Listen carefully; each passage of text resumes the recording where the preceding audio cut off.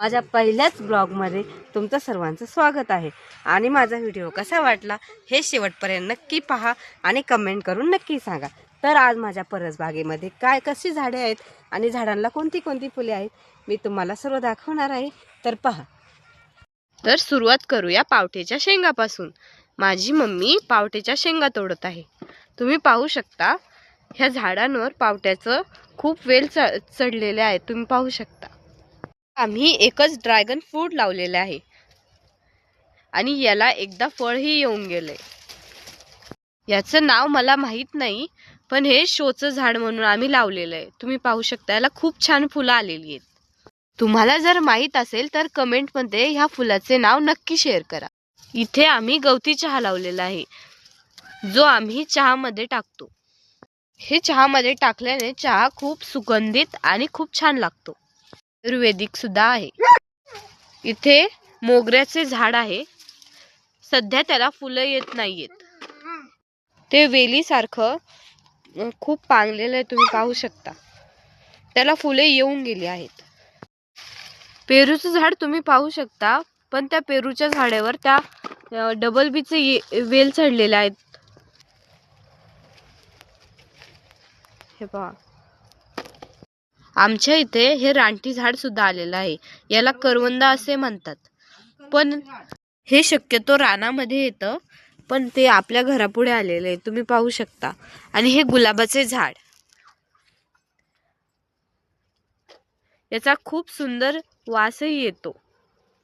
हे हे जास्त डार्क पिंक नाहीये, थोडं फेंट आहे, तुम्ही पाहू शकता।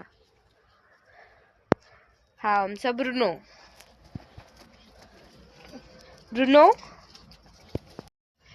ही आमची पिली आणि हा आमचा टिल्या। आमच्याकडे 3 कुत्री आहेत। आणि हे पहा पावट्याचे शेंगा।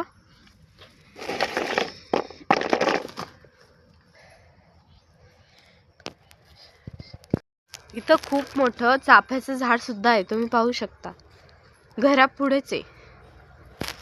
याला सध्या याची पाने गळून पडलेत, त्याच्यामुळे नुसतीच फुलं दिसत आहेत तुम्हाला।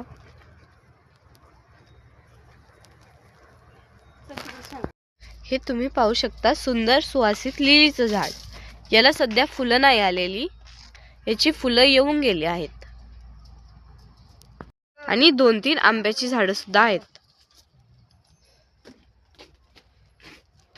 खाली आहे ओव्यासारखे चव लागणारे हे पाने, ओव्याचे पान बोलतात त्याला। इथं पण आपण छोटंसं ड्रॅगन फ्रूट लावलेलं आहे। आणि इथे छोटी छोटी सदाफुली देखील आलेली आहे। इथे पण एक छोटंसं मोगऱ्याचं झाड आहे आणि इथं मोठं गुलाबाचं झाड। इथे मागच्या व्लॉग मध्ये तुम्हाला इथे लिंबाचे झाड दिसले असतील, पण ते सध्या उन्हाळ्यात पाणी न घातल्यामुळे वाळून गेले आहेत, नाहीतर इथे खूप मोठं लिंबाचं झाड होतं आणि त्याच्यावर खूप साऱ्या प्रमाणात लिंब आली होती। त्याच्या जागी आम्ही इथे आंबा लावलाय। इथे पण मोठा आंबा आहे, तुम्ही पाहू शकता।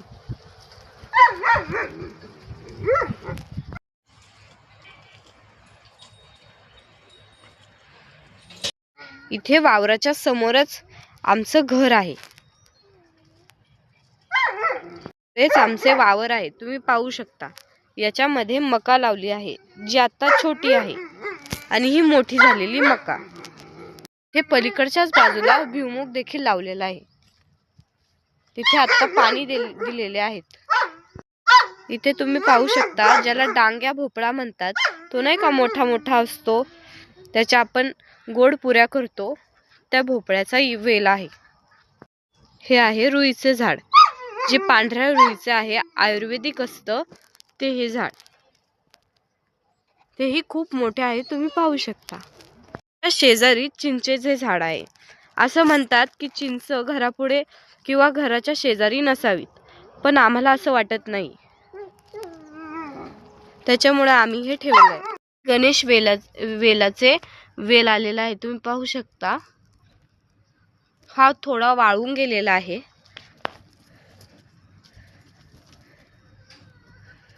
पूर्ण वाळलेला आहे तो। ते छोटा छोटा फुटाळ्यासारखा झालेला आहे, तुम्ही पाहू शकता. आणि इथे गावरान झेंडूचे झाड आहे. याच्या शेजारीच टणटणी देखील आहे. सगळ्यात खूप छान बहरते.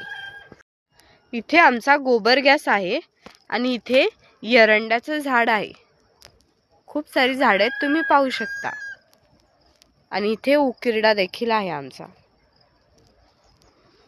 आणि इथे हे शोचे झाड आहे जे रस्त्यालाच लावले आम्ही. हा आहे आमचा छोटासा कढीपत्ता. मोठे कढीपत्त्याचे झाड होते, पण ते काही कारणास्तव काढावे लागले, त्याच्यामुळे हे छोटंसं रोपटं ठेवलंय आम्ही.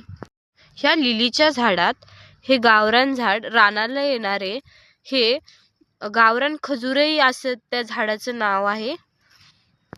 म्हणजे त्याला गावरान खजुरासारखे छोटे छोटे खजुरासारखेच येते. तुम्ही पाहू शकता ते खूप मोठे होते, पण ते इथे आपल्या घरासमोर आलेले आहे.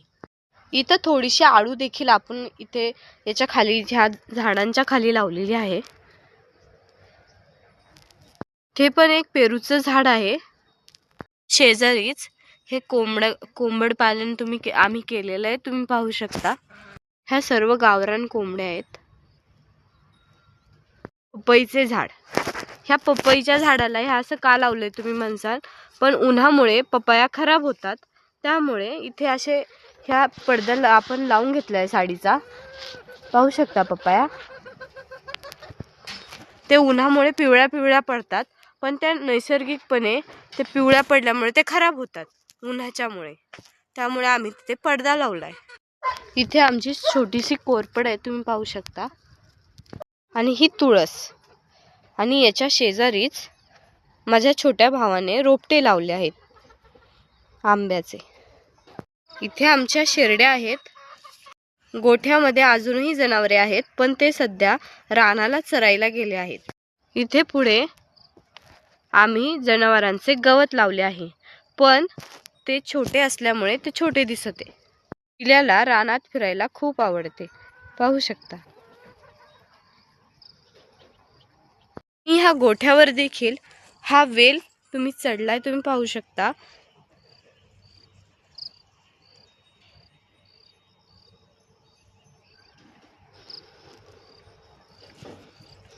ही आमची ओळी.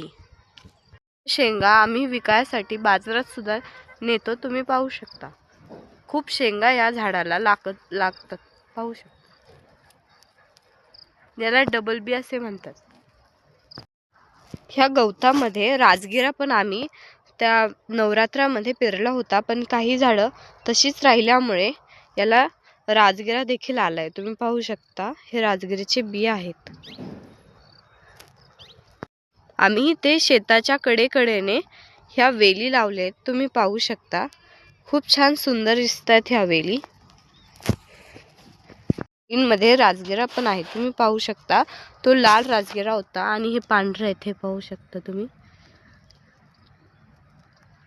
हे पावट्याला खूप साऱ्या शेंगा आलेल्या आहेत आणि कळ्या फुलं देखील आलेली आहेत, तुम्ही पाहू शकता. किती छान रंगाची फुलं आहेत. हे कडेपर्यंत आहे, तुम्ही पाहू शकता. आणि हे गवत आहे आणि याच्या पलीकडे मका आणि त्याच्याही पलीकडे आहे. आम्हाला डोंगर खूप जवळ आहे, त्याच्यामुळे आमच्या घराकडे बिबट्याचे आगमन देखील कधी कधी होते. कसा वाटला आमचा निसर्ग कमेंट करून नक्कीच सांगा. आणि भेटूया पुढच्या व्लॉगमध्ये. माझ्या बोलण्यामध्ये काही चुकी झाली असेल तर विसरून जा किंवा माफ करा, कारण हा माझा पहिलाच व्लॉग आहे. धन्यवाद. कमेंट करा, शेअर करा, सबस्क्राईब करा आणि कमेंट करायला विसरू नका. तोपर्यंत बाय बाय.